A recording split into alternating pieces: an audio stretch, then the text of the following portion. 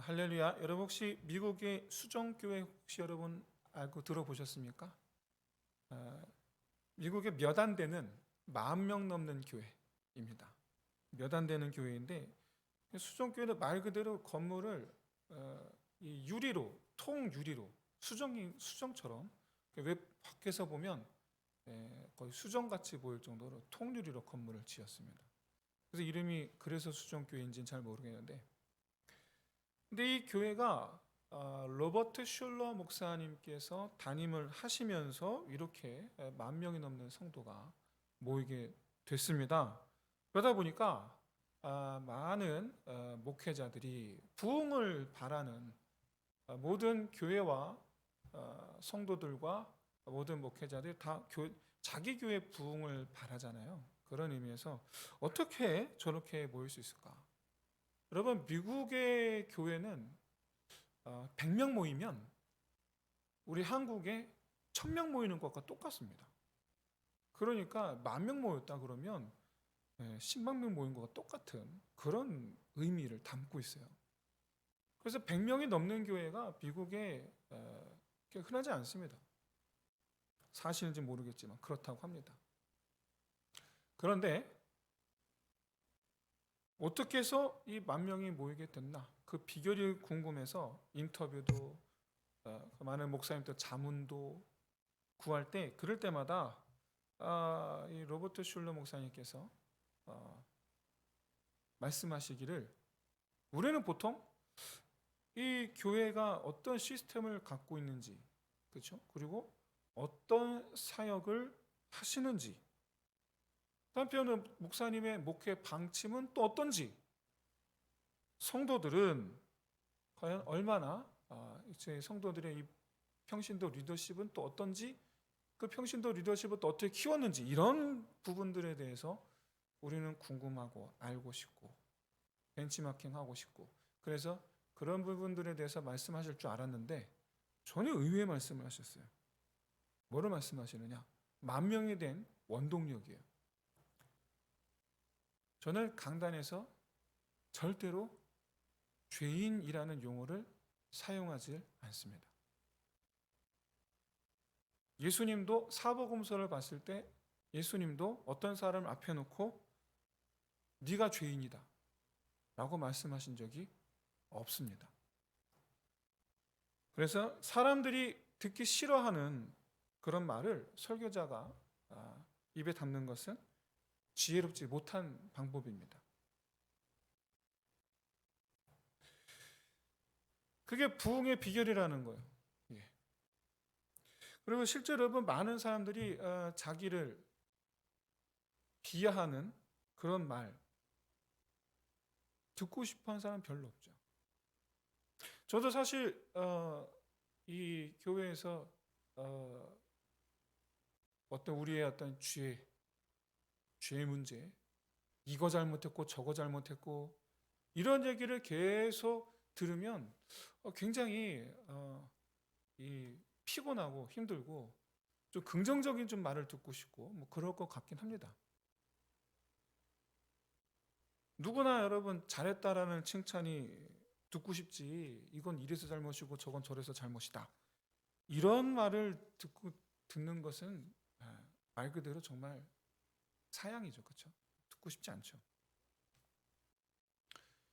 자녀 교육에 대한 그 책이 참 많이 시중에 나와 있습니다. 근데 100이면 100, 이 자녀를 올바르게 키우는 방법의 기본 베이스가 다 칭찬을 말해요. 칭찬을 많이 하라고.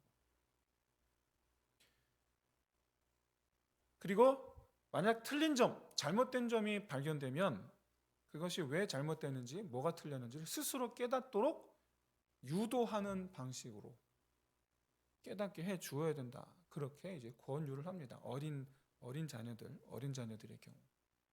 그래야지 아이들이 안정적인 정서를 갖게 되고 또 매사 모든 일에 긍정적인 자아상을 갖는다. 그렇게 말합니다. 그래서 우리나라의 아주 유명한 여배우 한 분께서는 지금 거의 원로 배우급이시죠. 한 분께 이런 말씀 하셨잖아요. 꽃으로도 때리지 말라. 근데 이런 말씀들이 여러분 결코 틀린 말이 아닙니다. 칭찬의 효과는 임상적인 수준에서가 아니고 실제적인 사례에서 증명된 사실입니다. 그런데 성경은 훈육을 강조합니다. 여기서 훈육이란 꾸지람을 비롯해서 체벌까지를 말씀하는 거예요. 말로 잘 설명 이게 아니고 꾸지람과 체벌. 그래서 많은 우리 그리스도인 부모님들이 이 자녀를 양육하실 때 본인들이 정한 어떤 틀, 본인들이 생각한 어떤 그런 틀에서 벗어나면 강하게 훈육하는 그런 경우를 많이 봅니다. 근데 여러분 그건 사실 오해죠. 왜냐? 성경에서 말씀하는 훈육이란 자녀들의 학습 태도, 그 다음에 사회성, 식습관, 생활 태도와 같은 그런 것들에 대한 말씀이 아니고 죄에 대하여 훈육하라는 말씀이에요. 죄에 대하여. 예를 들어 여러분 양치질을 하기 싫어하는 아이를 성경적으로 훈육한다고 혼내는 것은 이건 성경적 훈육에 대한 명백한 오해입니다. 양치질 잘하는 것과 말씀하는 훈육은 아무 관계가 없어요. 그런 문제는 잘 다독이고 말 그대로 시중에 이렇게 나와 있고 잘 안내하고 있고 방송에서 오모 박사님 설명하는 그런 것처럼 칭찬하고 그리고 양치를 잘할 수 있도록 좀 이렇게 유도하는 방식으로 이렇게 접근하는 게 효과가 훨씬 좋습니다. 칭찬은 바른 인성과 좋은 습관을 길들이기 위해서 아주 훌륭한 교육 방법입니다. 그러나 옳고 그름을 분별하는 가치관, 세계관, 가치관과 세계관 이런 것점에 있어서는 반드시 죄를 가르치는 것이 성경적 자녀 교육의 핵심입니다. 어떤 안경을 씌워주느냐, 우리 눈에 어떤 안경을 쓰고 세상을 바라보느냐, 이게 곧 우리의 어떤 삶의 태도를 결정하기 때문에 그렇습니다. 만약에 우리가 돈이 전부다라는 그런 가치관을 갖게 되면 여러분 정말로 그는 돈이 세상의 전부야라는 가치관을 가진 그 사람은 하나님께 돌아오는 게 정말 힘이 듭니다. 너무 힘들어요. 돈을 위해서 사는 게 죄라는 이 성경적 개념을 이해하지도 못할 뿐더러 인정하지도 않죠. 그래서 기독교 교육학은 어려서부터 죄라는 것을 잘 가르쳐야 하고, 그래서 우리 자녀들이 그런 죄를 범하지 않도록 훈육을 하라는 것이지, 우리 생활 습관 이런 걸 가지고 그런 의미는 아닙니다. 앞서 말씀드렸듯이 자녀 양육에서 칭찬 많이 하시기 바라고, 단 우리 아이들이 어려서부터 어떤 가치관을 가질 것인가에 대해서 우리가 가르치는 그 모든 과정 중에 필요하면 이제 훈육을 하는 거겠죠. 여러분 잘 분별하시기를 바랍니다. 특히 잊지 말아야 될 것은 이건 우리 자녀에 대한 문제가 아니라 사실 이건 우리 자신의 문제이기도 합니다. 우리 스스로 인정해야 돼요. 결코 우리는 의로울 수가 없는 존재다. 절대로 우리는 의로울 수가 없다. 로마서의 시작은 로마교회 성도들의 서로를 향한 비난, 이 문제를 가지고 로마서가 시작이 됐어요. 근데 사도 바울의 눈에 볼 때에는 서로 비난하는 너희여, 내가 볼 때에는 너희 둘 다 의로운 자가 하나도 없다. 그 얘기를 오늘 본문에서 지금 말씀하는 거예요. 도대체 누가 의로우냐? 누가? 여러분, 우리는 우리가 날마다 예수를 찾아야 되는 이유, 날마다 십자가 앞에 나아가야 되는 이유는 우리가 결코 의로울 수가 없기 때문입니다. 그런 의미에서 이 자녀 양육함에 있어서도 자녀 양육의 핵심은 뭐냐? 어려서부터 예수님을 찾는 아이가 되도록 양육해야 되는 거예요. 만약에 우리 아이들이 자기가 죄인이라는 자각이 없으면 예수님을 찾는 데 의미를 두지를 않아요. 왜 교회를 가야 되는지를 몰라요. 단지 엄마 아빠가 교회 가니까 어려서부터 나는 엄마가 뱃속에서부터 교회 다녔으니까 그런 생각을 가지고 교회를 다녀봐야 고등학생, 대학생이 되면 방황할 뿐이에요. 도대체 왜 예수를 믿는 거지?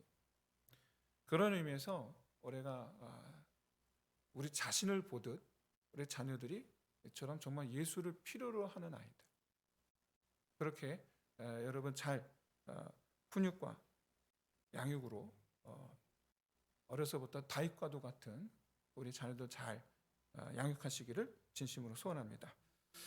그렇다면 여러분, 우리 자신은 의롭지 않다. 그러면 여러분 지금 정확하게 내 안에 죄가 무엇인지 혹시 여러분 알고 계십니까? 만약에 여러분이 스스로가 나는 죄인이지 라는 것을 여러분은 알고 계신다면 정확하게 나의 어떤 모습이 지금 죄인의 모습으로 하고 있는지를 혹시 여러분 알고 계십니까? 제가 두 번째로 사역했던 교회 담임 목사님이셨던 이혜웅 목사님, 유명한 목사님 아니시지만 광주신학교에서 설교와 교수까지 하셨던 분입니다. 그런데 그 담임 목사님께서, 이혜웅 목사님께서 저에게 설교에 대하여 정말 그야말로 잊지 못할 그런 말을 해주셨는데, 그분의 말씀은 앞서 말씀드렸던 로버트 슐러 목사님과는 정반대의 말씀을 해주셨어요. 완전히 정반대의 말씀을. 목사는 영적 의사다. 성도들의 영이 얼마나 피폐한지 알려주어야 한다. 대부분의 환자들이 자기 몸속 상태를 모르듯이 대부분의 성도들이 자기의 영적 상태를 모른다. 그래서 목사는 돌을 맞을 각오로 설교를 해야 한다. 앞서 질문드렸던 당신의 영적 상태, 당신의 어떤 모습이 당신이 죄인이라고 한다면 스스로 어떤 부분의 죄인의 모습으로 현재 있는지 알고 계십니까? 라는 질문에 대해서 정확하게 자기 모습을 알고 지내오신 분은 거의 못 봤어요. 그냥 생각으로 그렇지, 난 죄인이지. 근데 뭐가 잘못되는지 아는 분 본 적이 별로 없어요.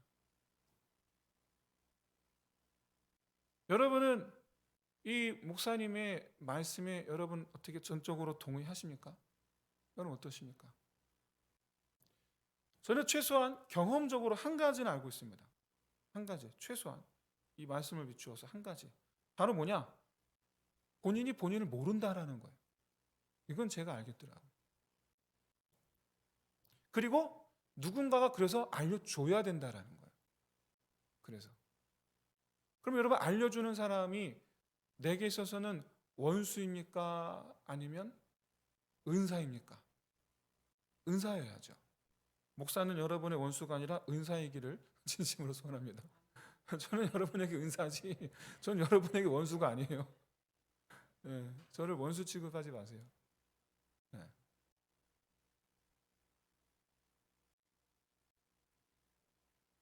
일차적으로 나의 영적 상태를 알려주는 건 여러분, 1차적으로 나의 하나님이세요. 나의 하나님이세요. 그런데 우리의 영성이 늘 항상 죄로 가려져 있기 때문에 하나님께서 알려주시는 것을 깨닫지 못하니, 그래서 하나님은 또 누구를 이용하십니까? 목사님을 이용하는 거예요. 목사님을 사용하시는 거예요. 여러분, 이스라엘이 늘 항상 영적으로 밝게 깨달아 하나님의 말씀을 밝게 깨달았으면 그 시대 선지자가 뭐가 필요했겠습니까? 모르니까 선지자들을 보내주는 거죠. 도윤이가 림프종이라는 병에 걸렸다라는 사실을 알았을 때, 그때부터 저는 림프종에 대해서 공부했습니다. 뭐 의사 수준이 아니고 그냥 제가 알 수 있는 한도 내에서 쭉 살펴봤는데 그때 처음 한 사실이 림프종이라는 것이 무려 40종이 넘는다라는 걸 그때 처음 알았고, 그건 다 림프종인 줄 알았죠. 백혈병도 그건 다 백혈병인 줄 알았어요. 아닙니다. 백혈병도 30가지가 넘어요. 너무 많아요. 너무 많아. 그럼 림프종도 다 종류마다 치료 방법이 다 다르다. 이제 도윤이가 받게 될 항암, 그 항암제 그 약에 대해서 또 여러 가지로 또 살펴보기 시작했습니다. 여러분 제가 대학 논문까지 봤어요. 그때 대학 논문까지 봤어요. 하나도 못 알아듣겠어. 근데 봤어요. 하나도 못 알아듣겠는데.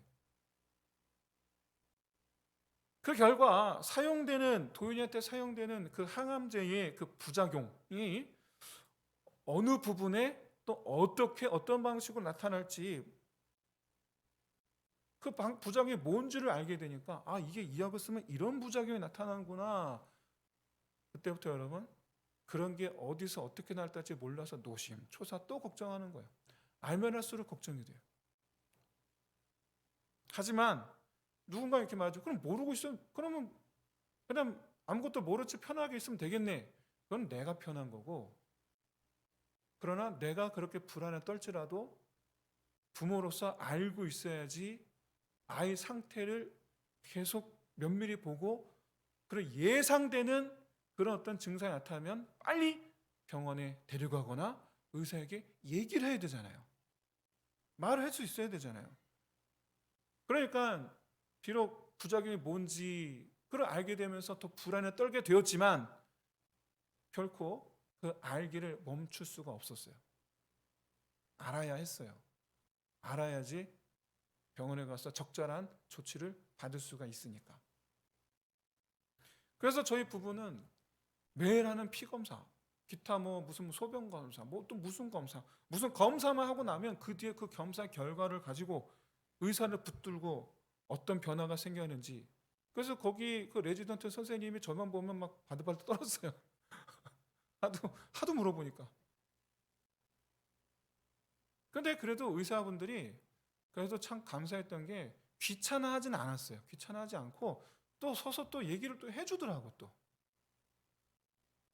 옛날 같지는 않은 것 같아요. 옛날에는 그냥 괜찮습니다 이러고 갔던 것 같은데 지금 안 그래요. 근데 얘기를 해주더라고요. 이랬습니다 저랬습니다.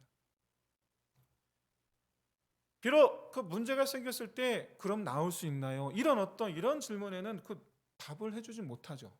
속 시원하게 해결될 겁니다. 이런 식으로 말은 해주진 않지만 그래도 이 현재 아이의 상태와 그리고 또 이런 방법을 할 건 어떤 나아갈 길을 알려주는 것만으로도 여러분 우리가 해야 할 일을 알 수가 있었어요.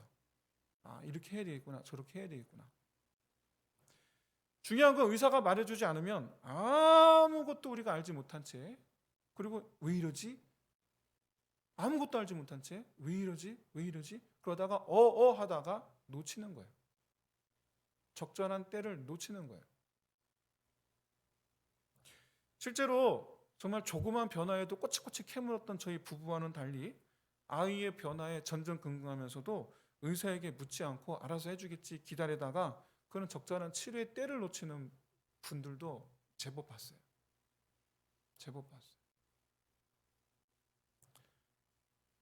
지금은 여러분 우리 다 건강합니다. 그런데 건강하다 할지라도 그럼에도 불구하고 평소 우리의 몸 상태를 정확하게 아는 것은 굉장히 중요합니다. 특히 뭐 40대가 접어들었으면 그때부터는 잘 살펴야 돼. 건강해도 고혈압이나 당뇨가 생기진 않는지 뭐 이렇게 뭐 너무 자주는 아니 할지라도 몇 개월에 한 번쯤 확인해 봐야 되겠고 뭐 매년마다 우리나라는 감사하게도 암 검진도 시켜주니까 그것도 해주는 대로 또 받아보고 전 언젠가 이 사실을 알았는데 치매 유전자가 따로 있답니다. 그래서 치매 유전자를 갖고 있는 분이 있고 없는 분이 계시는데 치매 유전자를 갖고 있는 분은 어떻게 되겠습니까? 대비를 하셔야죠. 어떤 식으로든. 이렇게 여러분 우리의 상태를 아는 것은 굉장히 중요합니다. 그런데 만약에 그러다가 문제가 발생이 됐다. 그럼 어떡합니까? 대부분 분들이 다 의사가 하라는 대로 순종합니다. 왜? 그래야지 사니까. 여러분, 이것은 영적인 일 또한 데칼코마니처럼 똑같은 거예요. 마찬가지예요. 우리의 영이 건강하다가 어느 날 갑자기 아픈 그런 우리 육신처럼 그렇게 건강하다가 아니요. 우리 육신과는 달리 우리의 영의 근본은 원래가 건강하지를 않아요. 우리 육신은요, 하나님은 정말 너무나 인자하신 하나님이시고, 우리의 죄인, 우리 정말 그야말로 하나님을 향하여서 이처럼 어려서부터 하나님을 향해 모른다 하는 우리인데도 불구하고 우리를 처음 주실 때는 다 건강하게 지어주잖아요. 안 그런 분들도 어려서부터 약하게 태어나신 분도 있지만은 대부분이 다 건강하게 태어납니다. 기본 베이스가 건강하게 태어나요. 육신은. 근데 영은 아니에요. 우리 영은 원래가 죽은 자와 같았다라는 사실을 깨달으시기를 진심으로 소원합니다. 우리 영은 원래가 죽었었어요. 원래가 건강하진 않아요. 그러다가 예수 그리스도 은혜로 말미암아 산자가 되었을 뿐이에요. 지금 그렇게 해서 예수로 말미암아 우리가 그렇게 산자 되어서 예수로 말미암아 성령 충만하였다. 근데 계속 그렇게 성령 충만하냐? 다시 원래 상태 돌아가는 거죠. 다시 영적 빈곤의 상태로, 영적인 죽음의 상태로. 그렇지 아니하다 할지라도, 충만하다 할지라도, 놀랍게도 영적으로 충만한 상태임에도 불구하고 지나가던 어떤 사람의 생각 없는 말 한마디에 생채기가 나고, 그 생채기가 난 자리에 죄가 점점점 자라나고, 이게 우리의 영적 상태예요. 이게. 그래서 우리는 항상 우리의 영적 상태에 촉각을 곤두세우고 있어야 돼요. 우리 육신으로 따지면 우리 영은 원래가 말기 암 환자와 똑같습니다. 원래가 나은 듯 싶다가도 언제 이게 발병될지 모르는 그런 상태와 똑같은 게 우리 영적 상태예요. 죄로 부패된 상태이라. 그래서 예수로 말미암아 지금은 건강을 유지하고 있다. 영적 건강을 유지하고 있다. 영적 건강을 유지하고 있을 때에도 여러분 주의를 기울이고 있어야 됩니다. 그래서 사랑하는 성도 여러분, 우리의 영성의 기본 전제는요, 늘 항상 충만이 아니에요. 어느 날 갑자기 아무렇지도 않았는데 어느 날 갑자기 암세포가 확 퍼지는 것처럼, 온몸에 가득해지는 것처럼 어느 순간 어떻게 갑자기 우리 죄가 우리 영에 가득해질지 모르는 그런 상태에 우리는 놓여 있다는 것을 여러분 잊지 마시길 바랍니다. 그렇다면 늘 항상 경계하고 있어야 되는데 이게 또 가능하냐? 그렇지가 않죠. 마치 밤마다 이 어두운 밤바다 비추는 등대처럼 그렇게 정말 쉬지 않고 우리의 이 영이 어두워질까? 늘 항상 이렇게 밝게 비추고 있으면 참 좋겠는데 그렇지가 않으니, 여러분, 우리 사람은요 금세 죄에 대해서 정말 금세 무감각해집니다. 정말 빨리 무감각해져요. 서서히 무감각해지는 게 아니라 갑자기 무감각해져요. 평소 촉각을 곤두세우고 있었던 것 같은데 어느새 정신 차리고 보니 우리의 영에 죄가 또 가득해지는 거예요. 왜 그러느냐?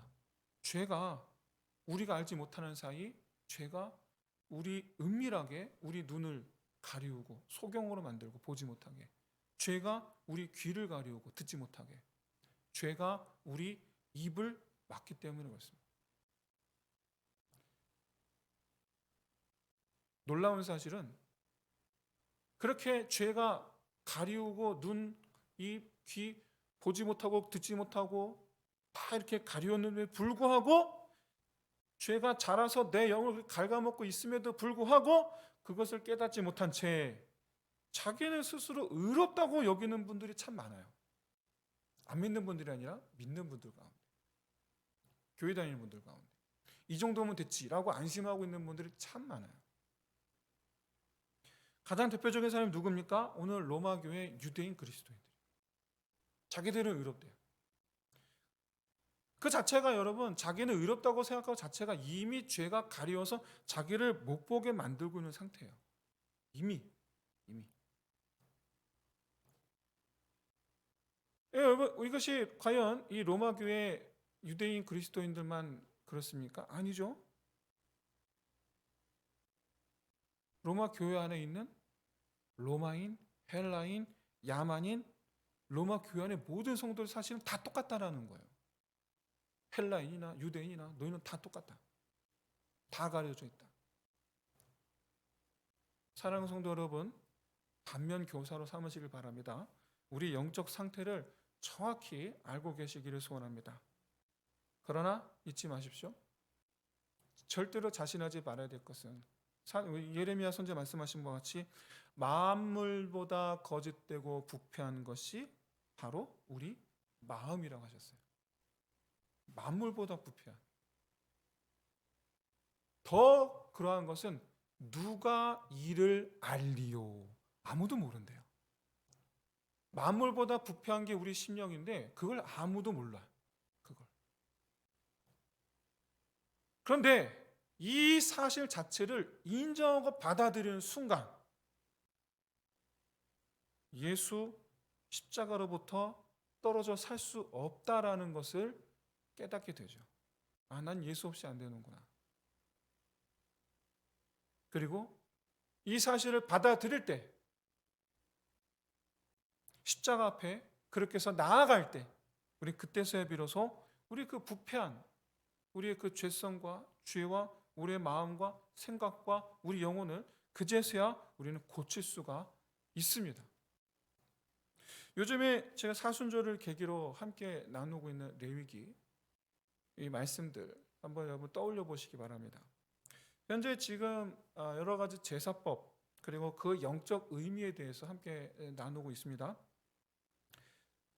근데 여러분 공통점이 있어요. 모든 제사법의 공통점인데 바로 뭐냐? 그 예배의 첫 시작은 늘 항상 뭐가 있습니까? 제물의 피 흘림부터 시작해요. 이 구약 제사의 특징이에요. 제물의 피 흘림부터. 주님께서 나를 위하여 피 흘리셨음을 기억하는 거죠. 나의 죄를 위하여 주님께서 피를 흘리셨습니다. 여러분 이게 모든 예배의 시작입니다. 하나님께 나아가는. 그러니까 나를 위해서 피 흘리신 예수님 앞에 무릎으로 나아가는 것이 예배의 시작을 알리는 내가 주님께 나아갑니다. 내가 주여 예배자로 나왔습니다. 바로 하나님께 알리는 내 모습이다. 사랑하는 성도 여러분, 온전한 예배의 시작은 바로 나 자신을 올바로 아는 것부터가 시작인 것을 깨달으시기를 진심으로 소원합니다. 나 자신을 알아야지 그 예배의 처음에 예배의 그 첫 시작에 나 자신을 알아야지 예배의 마지막에 온전케 하심을 받아 누리고 돌아가는 줄로 믿습니다. 이게 우리가 하나님께 예배를 드린다라는 것은 좋은 말 들으러 온 게 아니에요.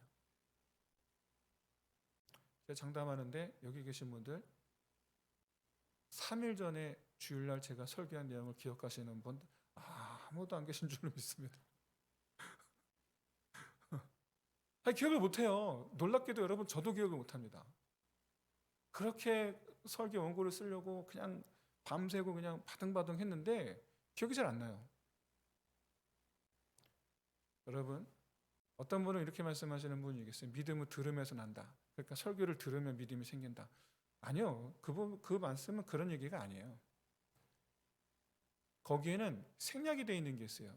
뭐가 생략이 되어 있냐면 들은 것을 인정함. 이게 생략이 되어 있는 거예요. 인정하는 거예요.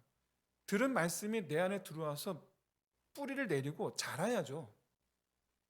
그래야지 그 믿음이 생기는 거죠. 그러니까 무조건 듣는다고 믿음이 생기지는 않아요.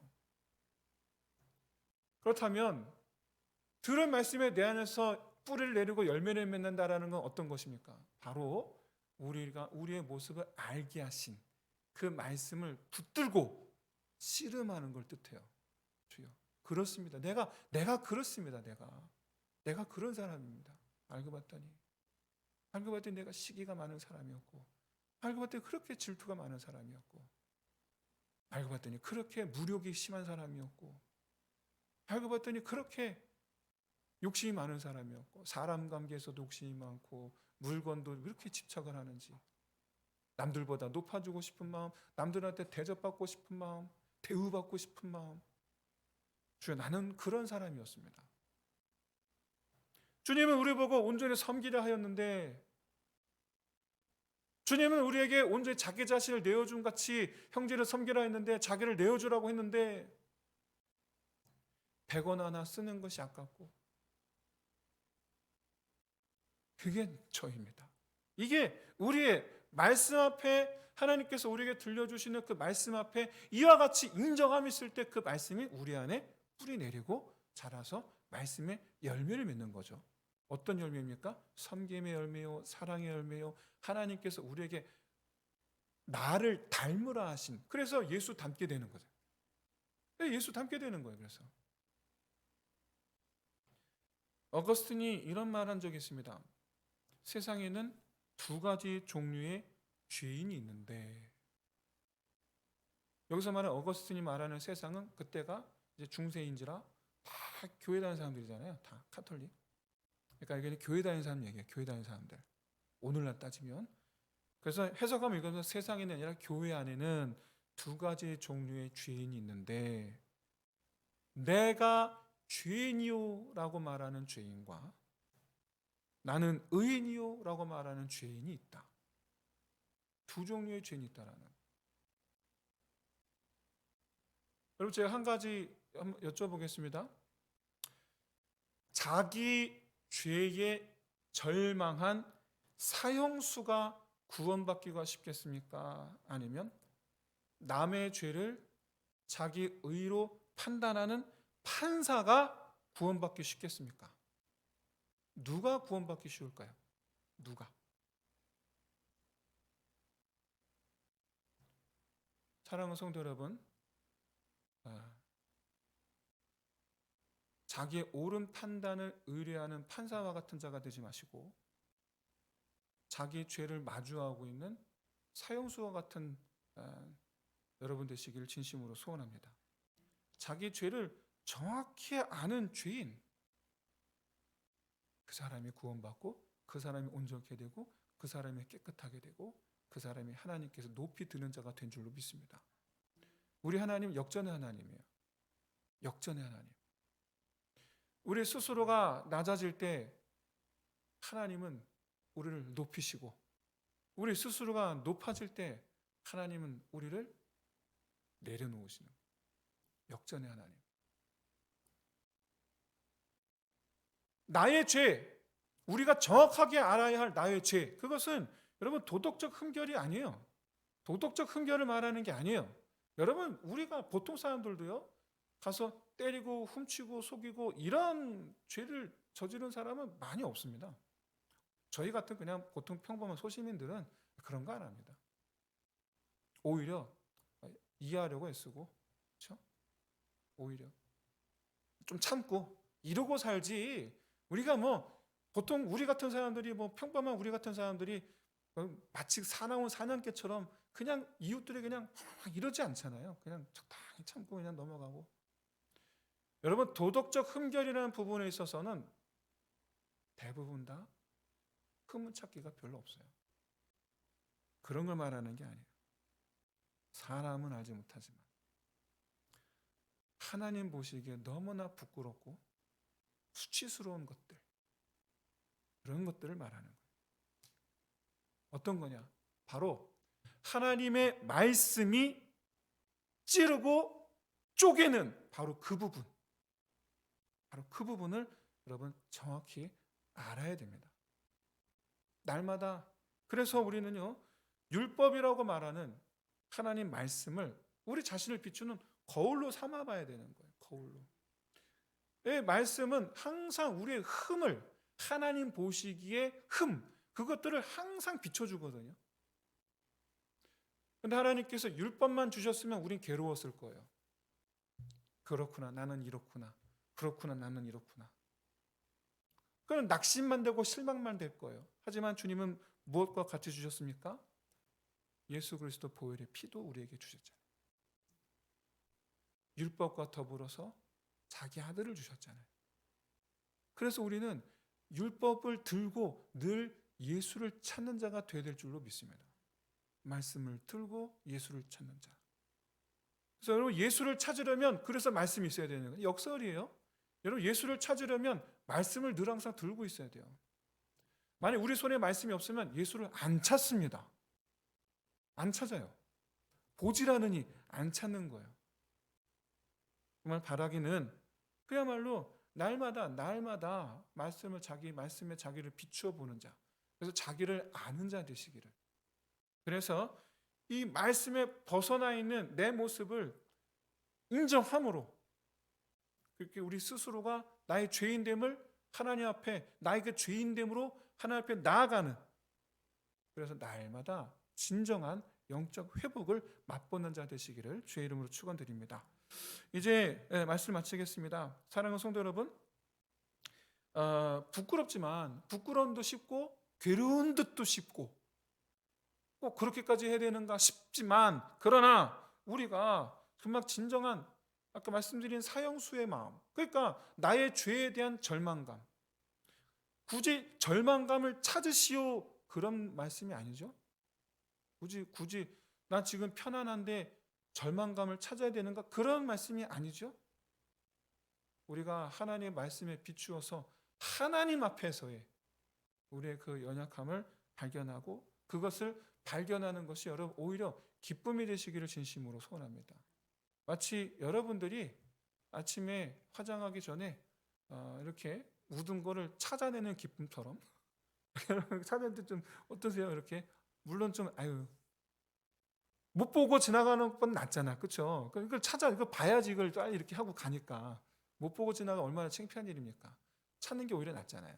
그런 것처럼 여러분 정말 우리 마음을 다해서 우리 자신의 모습을 발견해내는 기쁨을 그 발견하고 또 그것을 또 이렇게 지워내는 깨끗하게 받는 이 은혜가 함께 하시기를 진심으로 소원합니다.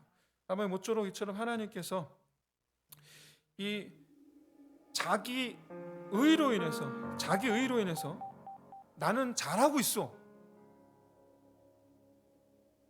이런 자기 의로 인해서 눈물 한 방울 흘릴 필요가 없는 그런 불쌍한 인생 되지 마시고, 내 그 자그마한 죄 때문에 남들이 볼 때 별거 아닌 것 같아도 나는 하나님 앞에 정말 진지하고 심각하게 그 정말 조그만 것 하나라도 하나님 앞에 정말 진지하게 눈물 콧물 다 쏟는 그런 은혜의 사람이 되시기를 주의 이름으로 축원드립니다. 우리 함께 기도합시다.